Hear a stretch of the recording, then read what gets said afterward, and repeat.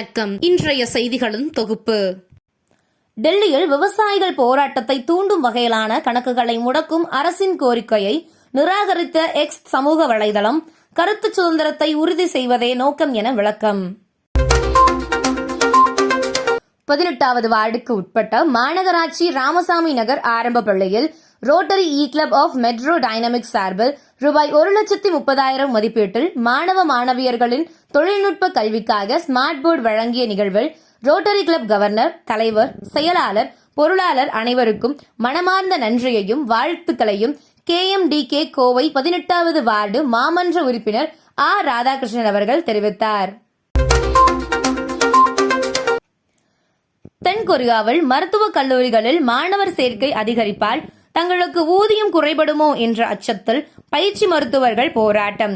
8000 பயிற்சி மருத்துவர்கள் ராஜினாமா செய்ததால் நோயாளிகள் கடும் அவதி.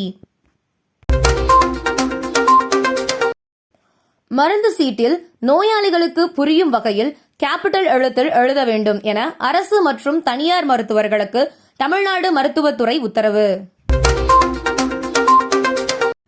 விமானத்தில் பறந்தபடியே அதிவேக இணையதள இணைப்பை பயன்படுத்தும் வசதியை 195 ரூபாயிலிருந்து அறிமுகம் செய்தது ஏர்டெல். கரும்பு கொள்முதலுக்கான குறைந்தபட்ச ஆதார விலையை குவிண்டாலுக்கு 340 ரூபாயாக உயர்த்த மத்திய அமைச்சரவை ஒப்புதல். ஆந்திராவில் ரசாயனத்தில் கழுவினால் உண்மையான பணத்தாள் போல் மாறக்கூடிய கருப்பு நிற 500 ரூபாய் கள்ள நோட்டுகளை அச்சிட்டு புழக்கத்தில் விட்ட 2 பேர் கைது. பள்ளி மாணவர்களின் ஆதார் பதிவு மற்றும் புதுப்பிக்கும் பணிகளை நாளை முதல் பள்ளிகளிலே மேற்கொள்ள வேண்டும் என்று பள்ளி கல்வித்துறை முதன்மை செயலாளர் அறிவிப்பு. இத்துடன் செய்திகள் நிறைவடைகிறது.